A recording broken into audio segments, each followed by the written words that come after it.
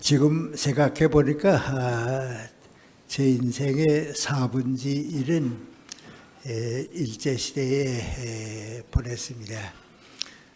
일제시대에 철들면서 역시 내 나라에서 살아야겠다. 나라를 뺏기고 있으니까 내 꿈도 없어지고 모든 희망을 잃어버렸다. 그래서 내 나라에서 사는 것이 첫째라고 생각했습니다. 그러다가 이제 25세가 돼서 해방이 됐습니다.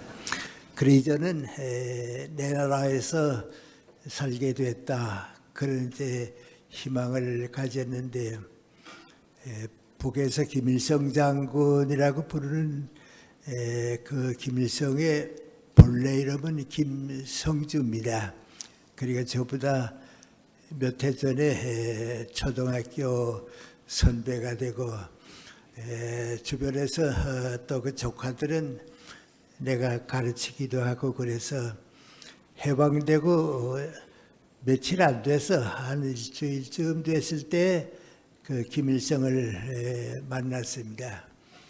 그때 그 김일성이 남긴 얘기를 지금도 기억하고 있는데 이제 새 나라가 되게 되면 첫째로 친일파를 숙청하고 두 번째는 모든 국토를 나라가 소유하고 생산기관이나 경제기관은 개인에게는 허락하지 않고 국가가 관리하고 그 첫째, 둘째, 여섯 번째까지 쭉 얘기하는 거 보고서 저 사람이 철저한 공산당원이로구나 그걸 알았습니다.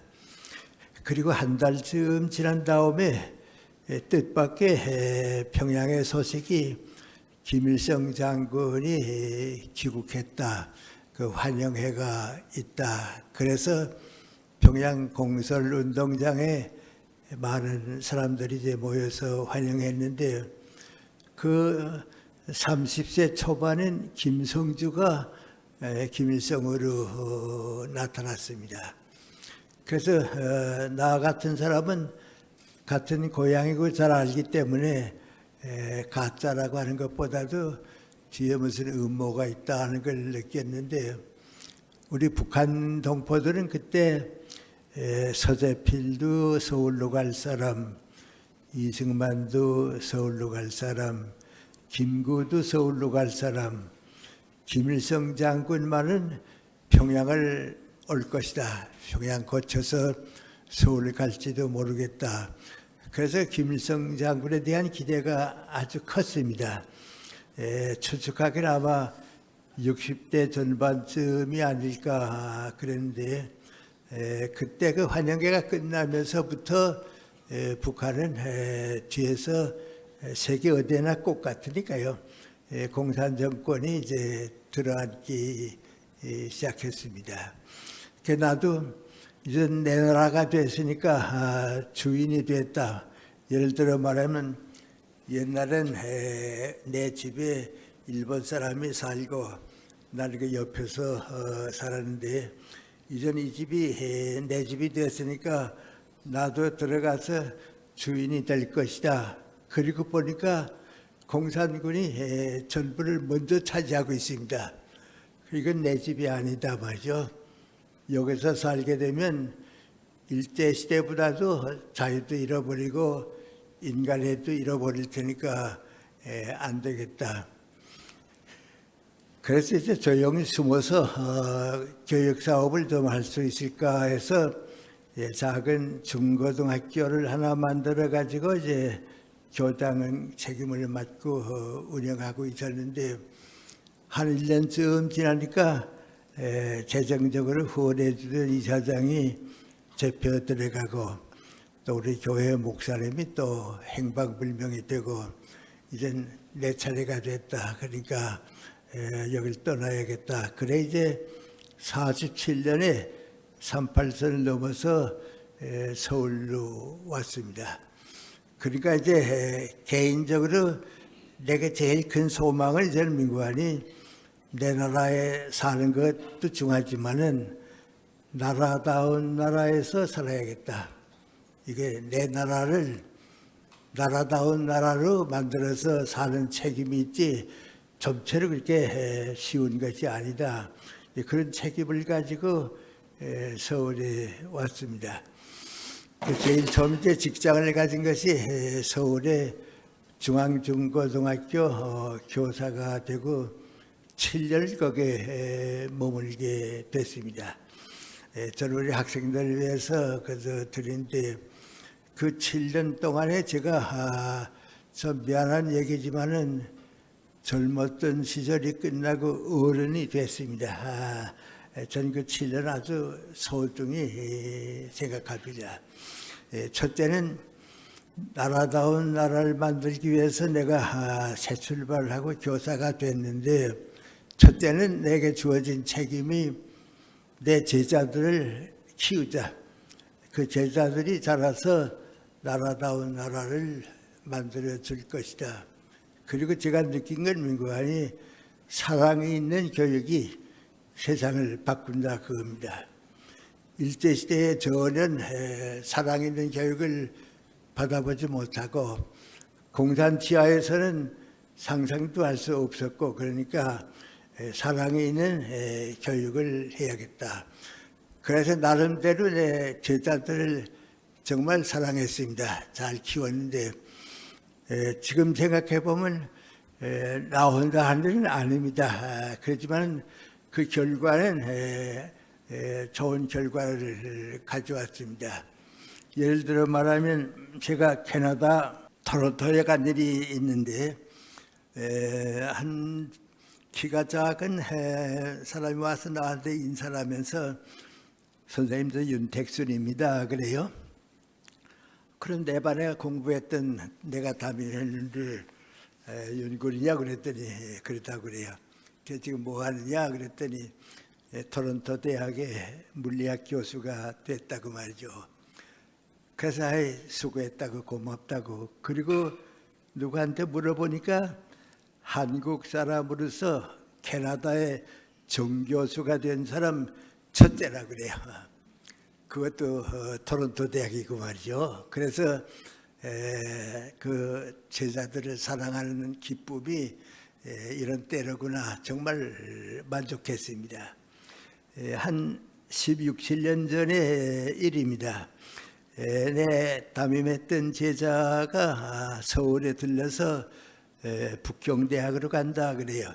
왜 가냐 하고 물어봤더니 그 제자가 미국 샌루이스 대학에 있을 때 공업경영학이라고 하는 저서를 남겼는데 그 책을 중국어로 번역해가지고 북경대학생들의 교과서가 됐습니다. 그러니까 그 대학에서 초청해가지고서 간다고 말이죠. 그런 얘기 들을 때 또 서울대학의 우리 국어학과의 이기문 교수, 김환진 교수들은 이 두 분은 정말 우리 국어학계엔 소중한 중진입니다. 역시 내 제자들입니다. 그리고 우리 천주교의 정진석 추구님도 내 방에서 담임하고 그랬습니다. 그래서 내가 그때 그 가진 꿈, 사랑이 있는 교육이 희망이 있는 나라를 만들고 나라다운 나라를 만든다. 그건 이제 꿈입니다. 요새 우리 교육계, 초등학교 교육계도 말이 많이 있는데 이 모든 걸 해결하는 길은 사랑이 있는 교실에서 이루어지고요. 또 대학에 와서도 대학은 중고등학교하고 다르지만은 역시 사제간의 사랑이라는 것은 이 다음에 압니다. 대학에 있을 땐 모르지만은 이 다음에 압니다. 그래서 거의 제가 어른이 되면서 가진 첫째번 신념이고 희망입니다. 그 다음 두 번째 제가 7년 동안 중학교 시대에 느낀 것은 사람은 아는 것만큼 일하게 되어 있습니다. 내 지식이 얼마나 높은가 그만큼 일하게 돼 있고요. 또 학문을 하는 사람들은 다른 사람들이 가지고 있는 학문 수준까지 내가 올라가 있지 않으면 교수다운 교수나 학자다운 학자가 될 수 없습니다. 그래서 중고등학교에 있는 7년 동안에 미안합니다만 어느 대학 교수 못지않게 공부는 계속했습니다. 그건 내 인생을 위해서 계속할 수밖에 없고 또 계속했습니다. 그리고 지금 저는 이따만큼 우리 뭐 정치계 사람들도 얘기하고 그런데 철학자 플라톤이 국가론을 제일 처음 세계에서 쓴 사람인데 그 사람의 교훈을 받아들인 민구안이 지도자의 무지는 사회학이라고 그럽니다. 대통령은 대통령으로서 알 걸 다 알아야 합니다. 교수는 학자로서 알 건 다 알아야 하고 지도자는 그 사회를 움직일 수 있는 사상을 알 때에 비로소 지도자가 됩니다. 그래서 저는 중고등학교 7년 있는 동안에 그 노력은 계속 한 셈입니다. 그리고 제일 제게 어려웠던 걸 민구안이 사람은 인격만큼 존경을 받게 되고 자기 인격만큼 행복을 누리고 자기 인격만큼 인간관계를 성공해 갈 수 있습니다. 그러니까 지식이 많이 있다고 해도 재간이 있다고 해도 인격을 못 가진 사람은 실패하게 돼 있습니다. 그런데 제가 중학교에 있는 동안에 우리 이승만 대통령이 4.19에 실패하는 걸 보고서 말이죠. 역시 인격의 결함입니다. 그렇게 유능하고 정치적 견해가 있고 그랬는데 인간관계를 잘못 썼기 때문에 실패하는구나 말이죠. 그래서 제 인격을 위해서 많이 좀 고민했습니다.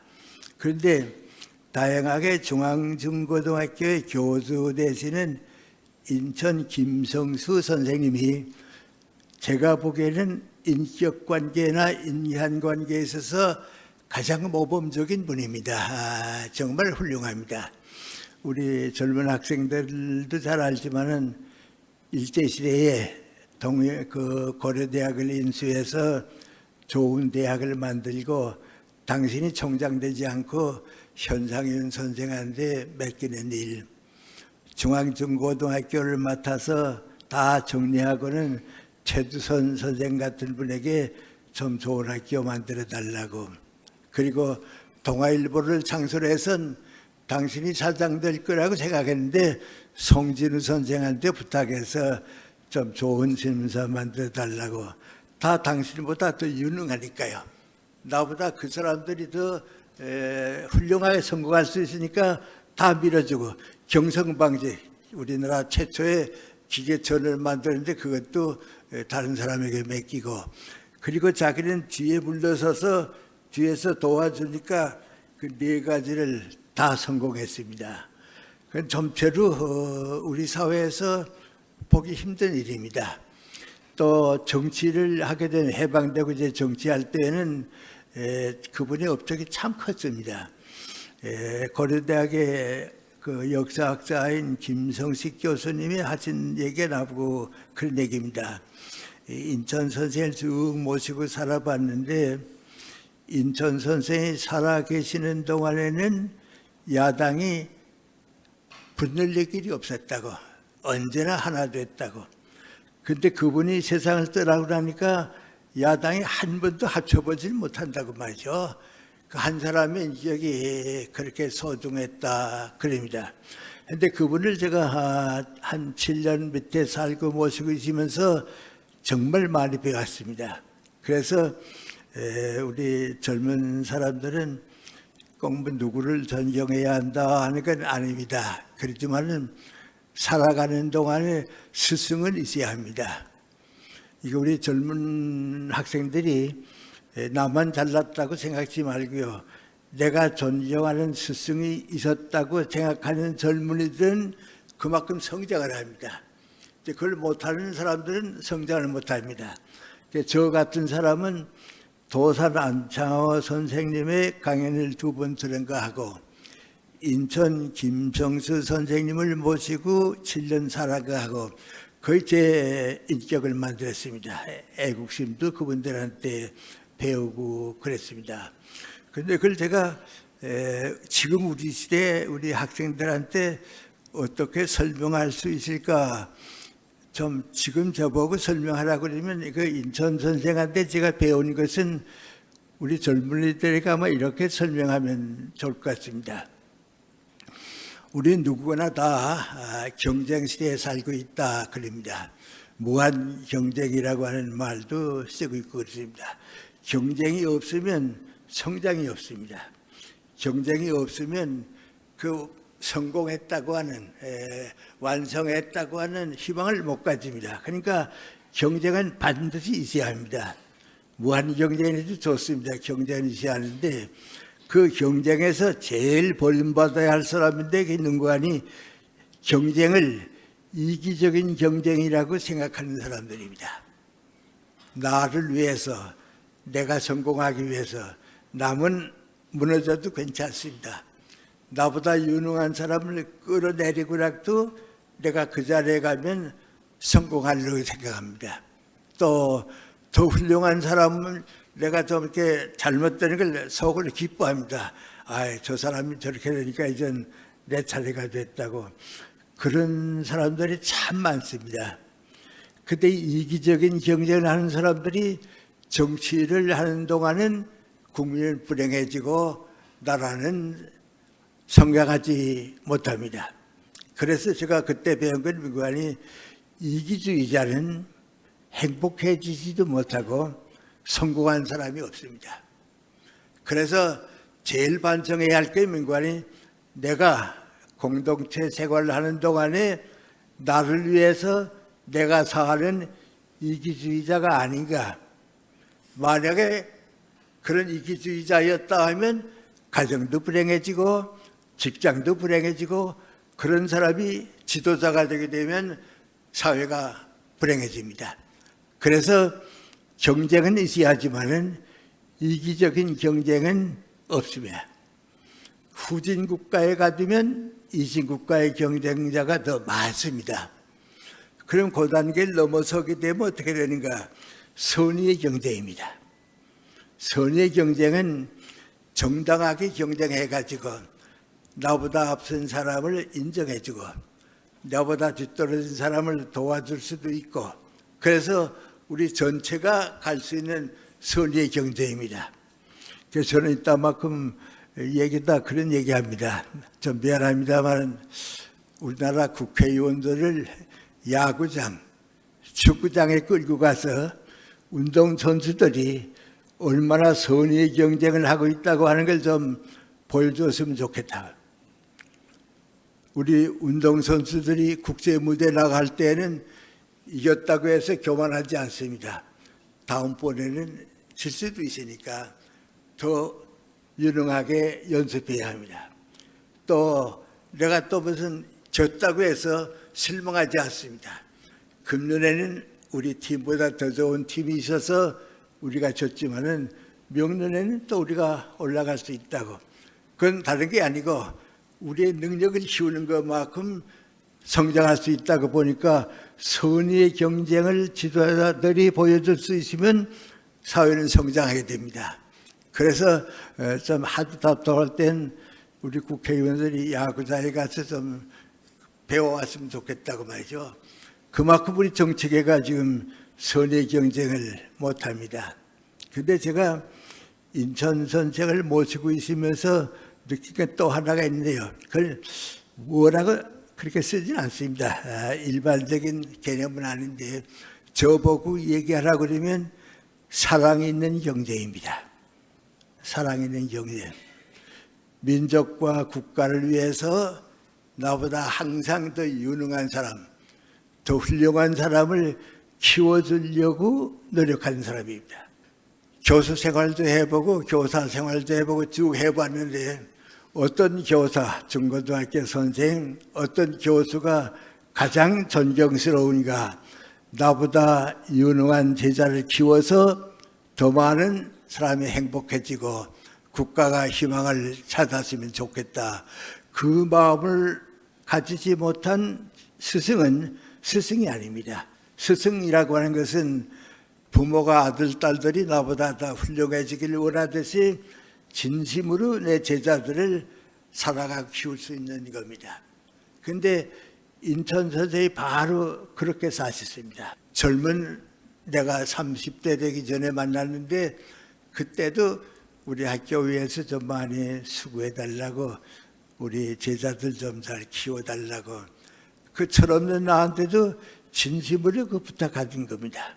이제 그런 그 사랑 있는 경쟁을 우리가 하게 되면 모든 사람들이 행복해지고 희망을 갖게 됩니다. 그래서 제가 중학교 7년 동안에 인간다운 희초를 받아들일 수 있었다 하는 것은 그 세 가지는 제가 그때 깨달았습니다. 깨닫는 도중에 3년 동안은 6.25 때 부산 피난 와야 있었습니다. 그 피난 생활을 끝내고 이제 서울에 다시 올라가서 30대 중반이 되는데요. 좀 고민을 했습니다. 중고등학교 교사로 있는 것이 교육은 제일 좋습니다. 교육은 그 이상이 없습니다. 뭐 사람 키우는 교육이니까요.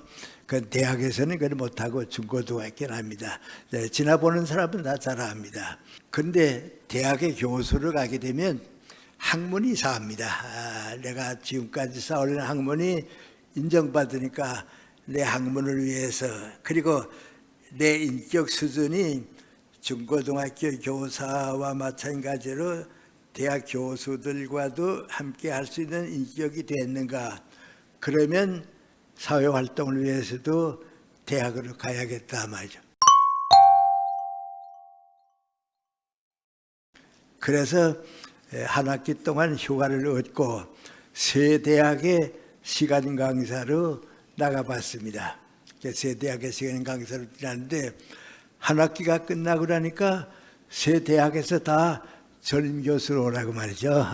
전임 교수로 오라고. 그래서 그 세 대학 가운데 어느 대학이 좋을까 하다가 연세대학으로 갔습니다. 근데 사실 연세대학으로 가게 된 그 계기는 좀 재미있습니다. 중고등학교 때 내 제자들이 연세대학교 가서 대학생이 됐는데 가서 강의를 들으면서 이렇게 쭉 학생 생활을 해보니까 우리 중고등학교 때 김영석 선생님 밑에서 우리가 배웠는데 우리 김영석 선생님이 만약에 여기 와서 강의하신다 하면 어떨까? 지금 있는 교수님보다도 그렇게 떨어지지 않을 것 같다. 그 몇 학생이 그런 생각을 했습니다. 그래서 이제 학장한 데 가서 뭐라겠는 거 아니 우리 중고등학교 때 김영석 선생님이 좀 시간 강사로 와줬으면 좋겠다 말이죠. 그래서 이제 시간 강사로 한 학기 동안 갔습니다. 근데 그때 이제 내가 지금도 그 느낌이다만 이제 여러분 학생이 있고 이제 교수님은 우리 교수도 있고 그런데 하나 이제 제가 배운 게 있습니다. 그 명관이 중고등학교 학생들에게 가르치는 선생님들이 있는데 50을 알고 50을 가르치게 되면 됩니다.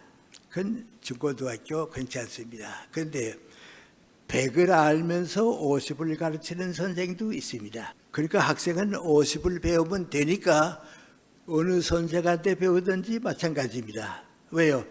교과서나 수술이 50이니까 되는데 그래도 이 다음에 학교를 끝내고 사회인이 되게 되면 100을 알고 50을 가르친 선생 밑에 있었던 사람하고 50을 알고 50을 가르쳐준 선생 밑에 있었던 하고 학생의 성장도가 다릅니다. 그 눈에 보이지 않으니까 잘 모르는데 그래서 사람은 훌륭한 교수, 유능한 스승 밑에 살아야겠다. 인격도 거기서 배우고 그랬습니다. 저 개인적인 말씀드려서 미안합니다만 저는 철학과 교수이기 때문에 신학은 전권 안 했습니다. 관심을 안 가지고 내가 글이 잘하기 때문에 나 혼자 이제 신학 공부를 해왔습니다.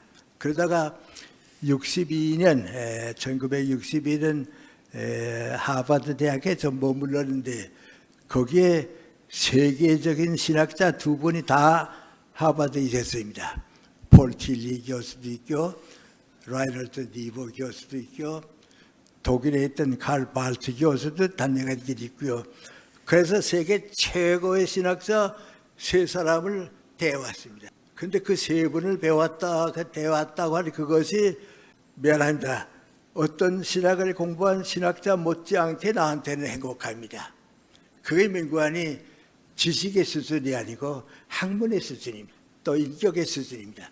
그래서 스승이 된다고 하는 것은 정말 소중합니다. 아주 정말 소중합니다. 그래서 연세대학교 와서 한 25년 동안 행복하게 지났습니다. 좀 미안하지만은 가르치는 보람도 느끼고요. 또 나라를 위해서 제자들도 키워줄 수 있고요. 그리고 또 한 가지 민구하니 교수님들과 친분을 가지고 사니까 내 인격도 그만큼 이제 올라가고 말이죠. 그 한 25년 동안 열심히 살았습니다. 그러니까 나도 모르게 해갑이 됐습니다. 해갑이 되니까 이제 뭐 기념 논문집을 해준다 해서 신문에 알려지기도 하고 그랬는데요. 60분 됐는데 내가 얼마나 늙었는가 하고 생각해 보니까 늙은 건 하나도 없어요. 30대 중반에 연세대학교 올 때하고 25년 후에 65세가 됐을 때, 60이 됐을 때하고 모든 건 나한테 변화가고 똑같은데 해갑이 됐다 하니까 남들이 날 자꾸 늙은이라 그래요. 늙었다고 말이죠. 그런데 지금은 그렇지 않은데 우리 때는 그랬습니다. 우리 때는 대학 교수가 60이 됐다, 해갑이 됐다 하면요. 해갑단체하고 뭐 야단하고 그랬다고요. 그래, 나한테 이제 나는 안 늙었는데 60이 되니까 이제 해갑이 됐으니까 그 당시에 늙었다 그래요.